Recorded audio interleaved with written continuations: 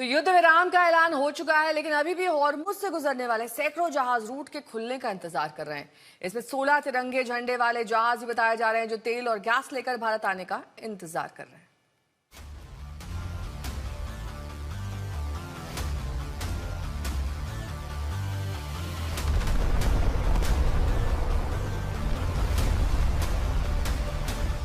Hormuz root Iran और Oman के बीच स्थित है और इस रूट पर अब खतरा अस्थायी रूप से टल गया है, लेकिन अभी भी हॉर्मुज क्रॉस करने के लिए कई जहाज इंतजार कर रहे हैं।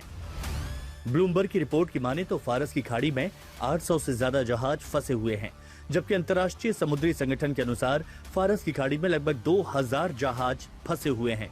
उन जहाजों पर 20,000 से अधिक नाविक सवार हैं। जानकारी के मुताबिक अधिकांश 1 महीने से अधिक समय से वहां पर फंसे हुए हैं। 200 से भी कम जहाज हॉर्मुज जलडमरू मध्य से निकलने में सफल रहे हैं।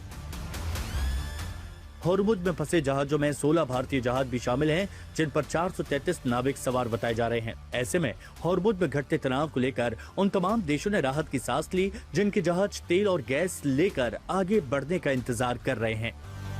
अब उनका भरोसा बढ़ा है कि हालात बेहतर होंगे और तेल गैस संकट खत्म होगा।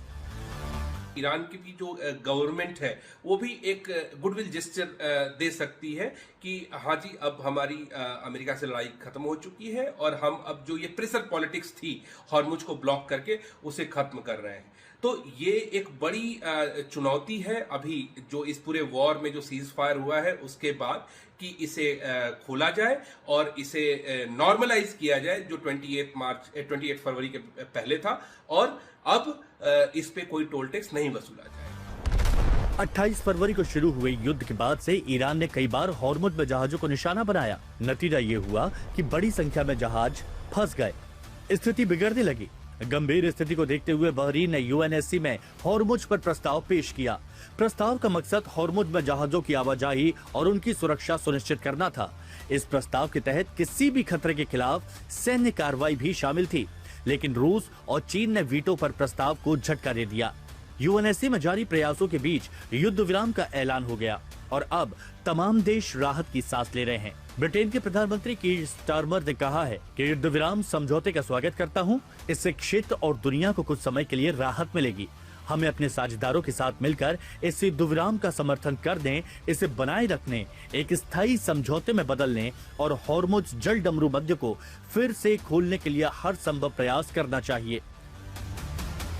वहीं ऑस्ट्रेलियाई प्रधानमंत्री एंथनी अल्बनीज ने भी कहा है कि हॉर्मुज को खोलने को लेकर राजनयिक प्रयासों के समर्थन में अंतर्राष्ट्रीय साझेदारों के साथ मिलकर काम कर रहे हैं।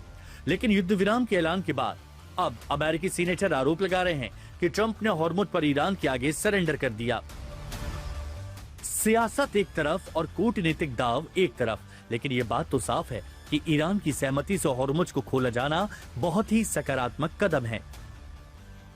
तेल अवीव से प्रणव उपाध्याय के साथ आज तक ब्यूरो।